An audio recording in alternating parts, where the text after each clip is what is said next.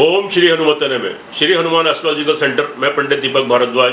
प्रिय मित्रों, आज हम आपसे बात करेंगे कि राहु के राशि परिवर्तन के बारे में। राहु 23 सितंबर 2020 से और 11 अप्रैल 2022 तक लगभग 18 महीने मिथुन राशि से वक्री होकर वृषभ राशि में संचार करेंगे। राहु हमेशा रेट्रोग्रेड, तो यानी उल्टी चाल, वक्री चाल चलते हैं और यानी पिछली राशि में प्रवेश करते हैं। तो 23 सितंबर को वृषभ राशि में प्रवेश करेंगे। तो यहाँ पर हम बात करेंगे आपकी कन्या राशि और कन्या लगन वाले जातकों के लिए। तो ये 18 महीने राहु के वृषभ राशि में इसका गोचर कैसा रहेगा।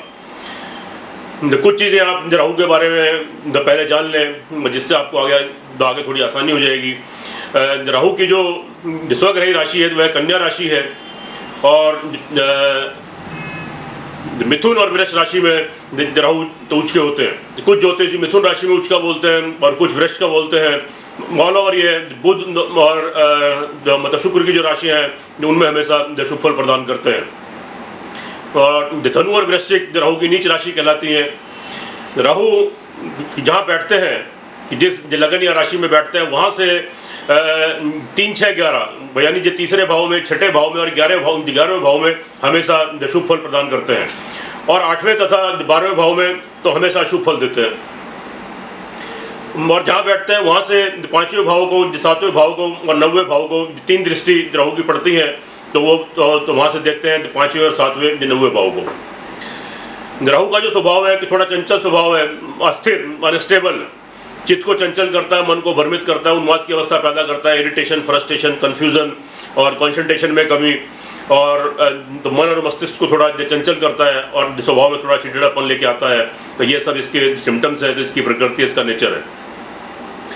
तो राहु अगर आपकी कुंडली में अच्छी स्थिति में है, तो या उसकी महादशा और अंतरदशा तो जब आपके फेवर में है, शुभ है, आपके अनुकूल है, तो उसके आपके शुभ फल प्रदान होंगे, तो मिलेंगे। और अगर तो उसकी स्थिति अशुभ है, तो उसके अशुभ फल मिलने की संभावना तो अधिक बनी रहेगी। तो ज़रूरी बनता है कि आप एक बार तो अपनी कुंडली का भी विश्लेषण किसी अच्छे ज्योतिष से करा लें, तो आपको सही पूरी बातें, तो गोचर ग्रह की भी और आपके तो कुंडली के जो राहु की स्थिति भी आपकी समझ में आ जाएगी। तो एक्चुअली क्या होता है कि राहु जिस घर में बैठता है, तो उस घर को वो क्या करता है कि थोड़ा तो उस घर का जो मूवमेंट करता है, तो उस हाउस से रिलेटेड वो चेंजेस जरूर आएगा। तो ये बात बिल्कुल तय है। तो वो चेंजेस आपकी तो अच्छी भी हो सकती है और ख़राब भी हो सकती है। तो वो डिपेंड करता है राहु के अकॉर्डिंग कि राहु वहाँ पर किस स्थिति में है। तो कन्या राशि और लगन वाले जातकों के बारे में बात करते हैं। स्वास्थ्य की दृष्टि से ऑल ओवर तो यह तो 18 महीने आपके लिए शुभ रहेंगे। और इसमें खास बात ये रहेगी कि आपका मन मस्तिष्क बहुत अच्छा रहेगा, आपको उन्नति के अवसर मिलेंगे, तो भाग्य आपको सपोर्ट करेगा, और तो आपके विदेश के योग बनेंगे और भाग्य उन्नति, और आप काफ़ी उन्नति इन 18 महीनों में राहु की सपोर्ट से कर सकते हैं। लेकिन जो आपका मतलब जो सेकंड हाउस है, तो वहाँ से राहु आपके तो 8वें भाव में है। तो वहाँ पे आपका चोट, फेट, एक्सीडेंट और परिवारजनों से आपको नुकसान, कुटुंब में आपके तो मतभेद, विरोध, तो जो अपने लोग हैं वो परायों जैसा आपसे जो व्यवहार करेंगे, और आपके तो पैसे का नुकसान, अचानक कि आपका धन का नुकसान भी हो सकता है। तो जो आपका जमा कोष है, आपका धन है, तो वेस्ट एक्सपेंडिचर, अनावश्यक खर्चा होना, या कुटुंब परिवार के पीछे तो आपका पैसा खर्च होना, और वहाँ थोड़े मतभेद और थोड़ा तनाव रहने की स्थिति बनेगी।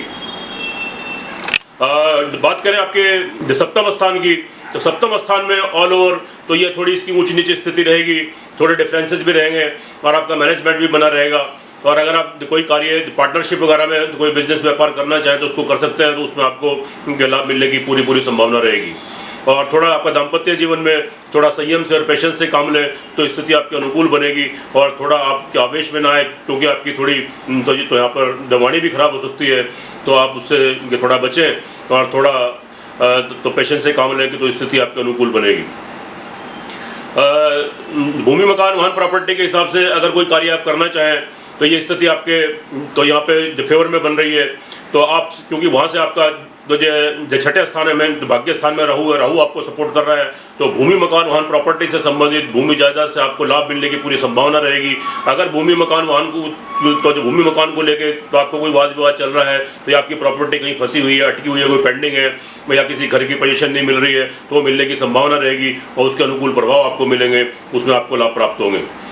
अब बात करें आपके तो फिफ्थ हाउस की, तो संतान पक्ष को लेके थोड़े सेटिस्फेक्शन में कमी रहेगी, कि थोड़ी चिंता टेंशन रहेगी, और तो जो संतान को लेकर तो उनका सक्सेस नहीं होना, तो या उनका तो एजुकेशन में तो कोई दिक्कत आना, तो या उनके नौकरी पेशे में, तो या उनकी विवाह शादी में कोई बाधा क्रिएट होना, तो ये सब चीज़ें हो सकती हैं जिससे आप थोड़े चिंतित रहेंगे और थोड़ा तो आपको सेटिस्फेक्शन कम रहेगा।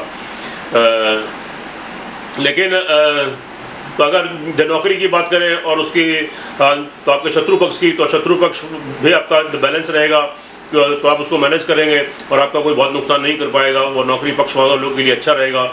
नौकरी में तरक्की, उन्नति और प्रमोशन या कोई नया जॉब, नई नौकरी आपके मन मुताबिक लगना, ये सब संभावनाएं तो बन रही हैं। दाम्पत्य जीवन के बारे में भी और पार्टनरशिप के बारे में कि जैसा मैंने कहा कि थोड़ा ऊंच नीच रहेगा, तो लेकिन फिर भी मैनेज हो जाएगा। पार्टनरशिप का कार्य आप कर सकते हैं, उसमें कोई दिक्कत नहीं है। तो लेकिन आप क्या करें, ऑल ओवर इन 18 महीनों में खास ध्यान रखें, आपको चोट फेट एक्सीडेंट, कोई दुर्घटना, कोई बड़ी दुर्घटना आपके साथ घट सकती है, और आपका अचानक कोई धन का लॉस या पैसे का लॉस तो आपका हो सकता है।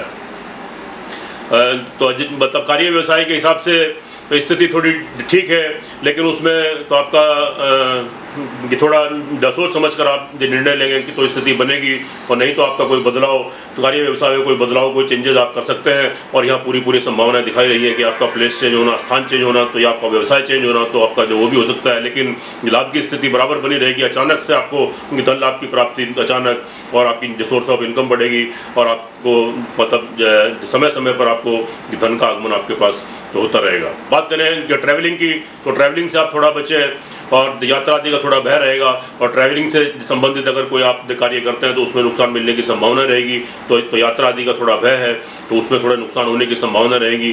तो या विदेशों से संबंधित आपका कोई कार्य है, तो वहाँ से भी आपको तो कोई ना कोई प्रॉब्लम क्रिएट हो सकती है। ऑल ओवर देखें तो अगर ग्रहों की स्थिति राहु की आपके अनुकूल है, तो आपकी तो आपका 70-75% तक स्थिति आपके अनुकूल रहेगी, और राहु अगर आपके फेवर में नहीं है, तो आप ये मान के चलें कि 20-30% आपकी स्थिति आपके अनुकूल बनेगी।